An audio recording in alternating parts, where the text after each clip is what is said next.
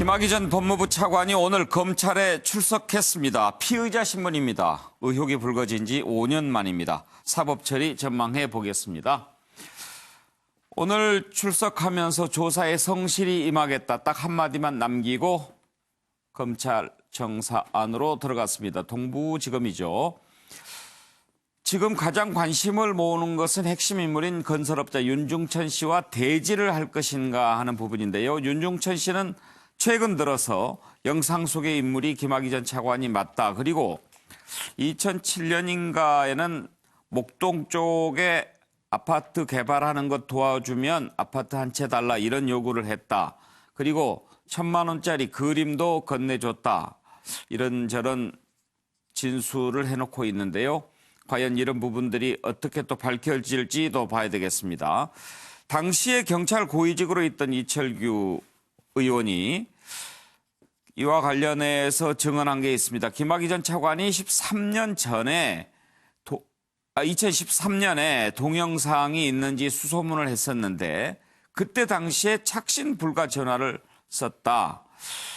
그런 얘기를 했고요. 윤중천 씨는 하기영 이렇게 불렀고 김학의 전 차관은 일 봐주는 사람 얘기를 한 적이 있다라고 했는데요.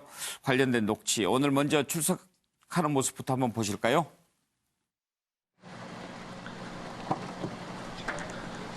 엎뿌리를 잘 노려. 왜 그딴 짓을 해?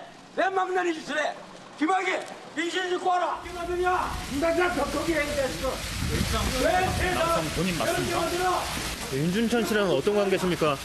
윤중천 씨가 금품을 검찰 조사에 성실히 임하겠습니다. 성범죄 피해 주장하는 여성들은 정말 모르는 거 맞습니까?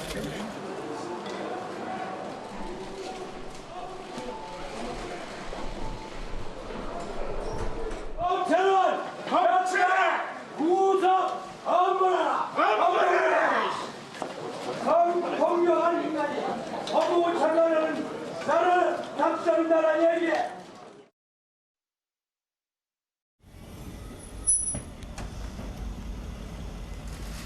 특수강간 혐의 여전히 부인하십니까? 24억 사기에 대해 사기 주장에 대해 이견 있으세요? 동영상 속 남성을 김학의 전 차관으로 특정하셨는데 혹시 김 전 차관에게 연락 온 거 있습니까? 한 말씀만 부탁드립니다. 김한규 변호사한테 먼저 좀 물어볼게요. 지금 이제 과연 대질 신문을 할 것인가 하는 부분 그러면은 좀 더 확실히 밝혀질 것도 같은데 본인이 원하지 않으면은 대질 신문 안 할 수도 있고 그렇습니까? 검찰에서 이제 대질은 이거 필수인 것 같고요. 예. 왜냐하면은 김학의 전 차관 입장에서는 그 윤중천 씨를 이제 알지 못하는 사람이다. 근데 윤중천 씨는 뭐 이미 아는 사람이라고 이미 얘기했으니까 서로 간에 첫 단추부터 진술이 엇갈리니까 예. 대질은 아마 오늘 이루어질 것 같습니다. 아. 오늘 아마 뭐 늦게까지 수사할 것 같은데요. 예. 저녁에 늦게라도 아마 소환해서 대질 조사를 할 것 같은데요. 일부라도 뭐 대질 조사를 통해서 양 진술자들의 어떤 뭐 예를 들면 아냐 모르냐부터 시작해서 또 윤중천 씨는 이미 뭐 그림이라든가 예. 뭐 일부 돈이라든가 이런 부분을 뭐 건넸다 예. 이런 부분까지 인정했거든요. 그래서 핵심은 사실은 이제 뭐 뇌물 문제로 결국 뇌물 문제가 되면은 결국은 또 이게 공소시효가 걸려 있습니다. 그렇죠. 그럼 1억 원 이상이 밝혀져야 되는데 예. 아마 검찰은 이 부분에 좀 집중할 것 같고요. 아무리 마무리 단계에서는 2014년 당시에 왜 수사가 제대로 이루어지지 않았으며 이 동영상의 등장 인물도 확인이 되지 않았는가 이 부분으로 마무리될 것 같습니다. 근데 제가 궁금한 게요. 지금 김한규 변호사 보시기에 윤중천 씨의 김학의 전 차관에 대한 태도가 어떨 것 같은지요. 그러니까 지금 언론 들어보면 뭐 아파트 한 채 요구했다, 1,000만 원 그림 뭐 줬다 이런 얘기를 하는 걸 보면 김학의 전 차관한테 불리한 진술인 것 같기도 하나 사실은 지금 말씀하신 것처럼 설사 줬다 하더라도 이미 공소시효가 다 지나간 거잖아요. 그런 점에서 그냥 뭔가 그런 계산을 갖고 이야기한 건 아닌가 그런 생각도 드는데 어떻습니까? 예, 윤중천 씨는 이미 검찰 수사도 여러 번 받아본 사람이고요. 그리고 그림 뭐 줬다고 하지만 이 그림 구매 내역이 보니까 확인된 게 1,000만 원입니다. 예. 사실은 뭐 그게 사실이라고 하더라도 공소시효 부분은 대부분 다 지난 거고요. 예. 그래서 마지막 언론에 보도된 바에 의하면 검찰 입장에서는 피해자라고 알려진 여성이 있습니다. 이 여성과의 어떤 법적 다툼에서 지금 1억 원에 해당하는 이제 예. 보증금을 주지 않았다 해가지고 이제 윤 씨가 이 여성에 대해서 고소한 적이 있었는데 예. 그 당시 이제 김천 차관이 이에 개입을 해가지고 이제 고소가 뭐 취하된 뭐 이런 의혹이 제기됐거든요. 1억 포기해라 그랬다는 거 아니에요? 결국 이 1억에 대해서 실체가 드러나서 예. 근데 그렇게 되면 또 부정한 청탁을 받은 게 있어야 되거든요. 법이 네. 성립되려면. 그럼 이 청탁 사실도 입증이 될 부분이기 때문에 아마 검찰 입장에서는 뭐 지금 뭐 여기서 최선을 다해서 수사를 할 것 같긴 한데요. 앞으로도 밝혀야 될 일은 굉장히 많아 보입니다. 예.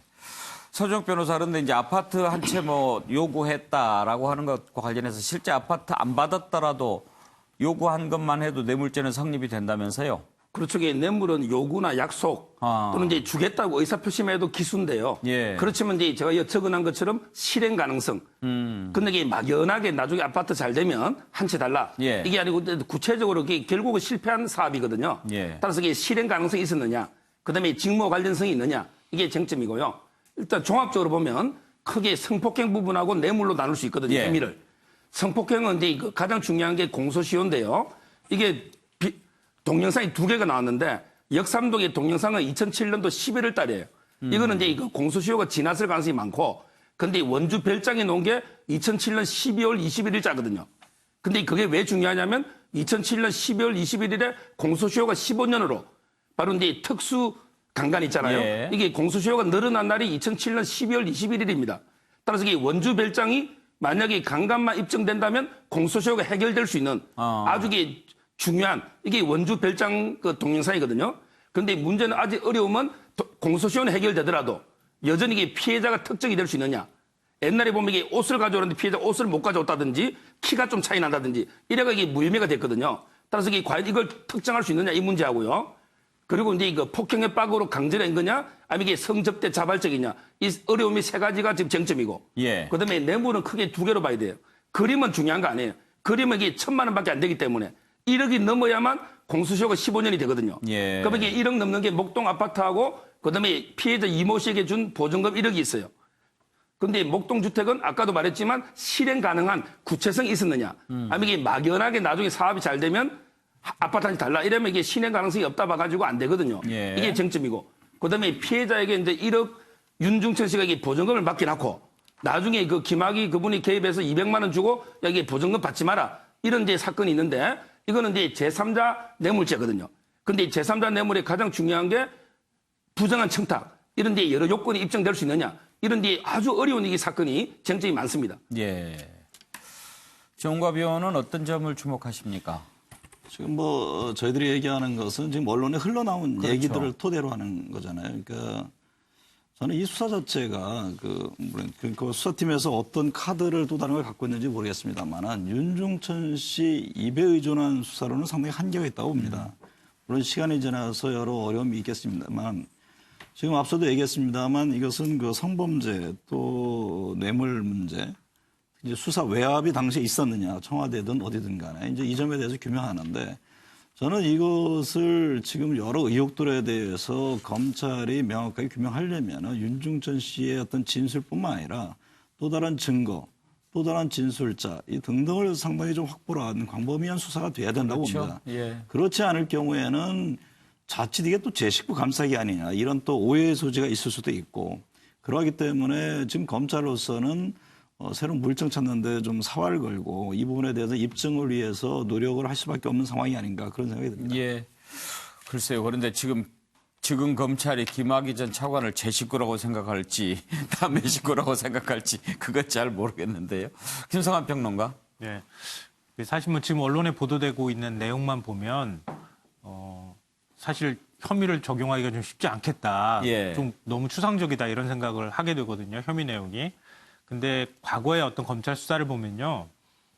저는 검찰이 뭘 다른 거 들고 있을 거라고 생각합니다. 그러니까 그 검찰 입장에서 지금 언론에다가 브리핑을 통해서 알려준 내용을 만 가지고 있을 거라고 생각하지 않고요. 예. 뭔가 좀 다른 걸 갖고 있을 거라고 생각하고 지금 이렇게 막연하게 추상적인 내용만 가지고 언론에다가 뭐 브리핑을 해줬을 거라고 생각하지는 않고요. 그거보다 조금 더 상세한 내용을 들었을 가능성이 있다. 그러니까 윤중천 씨를 6번 소환 조사하면서 좀 더 디테일하고 지금 김학의 전 차관이 부인하기 조금 어려운 내용들까지 같이 갖고 있을 거라고 보고 예. 김 전 차관이 검찰 조사 과정에서 거기에서 진술이 일치하지 못하는 부분이라든가 이런 틈새가 생길 가능성이 있다고 봅니다. 검찰이 그 부분을 지금 노리고 있을 가능성이 있다. 그래서 두 사람의 일단 틈새를 벌려놓으면 결국 뭐 두 사람의 수사를 통해 가지고 이번 그 실체를 규명할 수밖에 없기 때문에 그렇게 틈새를 점점점 벌리는 작업을 하면서 뭔가 허점들을 찾아내는 작업을 할 거라고 생각합니다. 최수혁 교수는 어떤 속담이 또 생각나셨나요? 아닙니다. 사실은 속담 이라기보다는 저는 이제 잘못된 만남의 끝은 어딘가 하는데 사실 제가 고민했습니다. 속담을 쓴다면 이렇게 쓰고 싶었어요. 향기 나는 미끼 아래 반드시 죽은 고기 있다는 우리 속담이 있습니다. 향기 나는 미끼 아래에는 아래. 반드시 죽은 고기가 있다. 공짜가 없다는 거죠. 예. 저는 이 두 사람의 잘못된 만남의 끝이 어디가 굉장히 궁금한데요. 저는 윤중천 씨가 그렇게 호락호락 아는 사람이라고 저는 생각을 합니다. 왜냐하면 거의 뭐 이런 수사를 통해서 준 법률 전문가가 된 것도 같고요. 또 법률 자문을 받아서 아마 검찰에 나갈 겁니다. 그런데 지금 그 변호사님들 말씀해 주셨지만 지금 나오는 얘기들 보면 대부분 아슬아슬하게 공소시효에 다 그렇게 가는 것 같아요. 그래서 제가 보기에는 정말 이 이제 실체적 진실을 어떻게 마지막에 그 찾는 진실의 순간 검찰이 정말 자기 실력을 입증해야 되는 마지막 순간이 왔다. 저는 그렇게 생각합니다. 예, 다음 이슈로 넘어가겠습니다.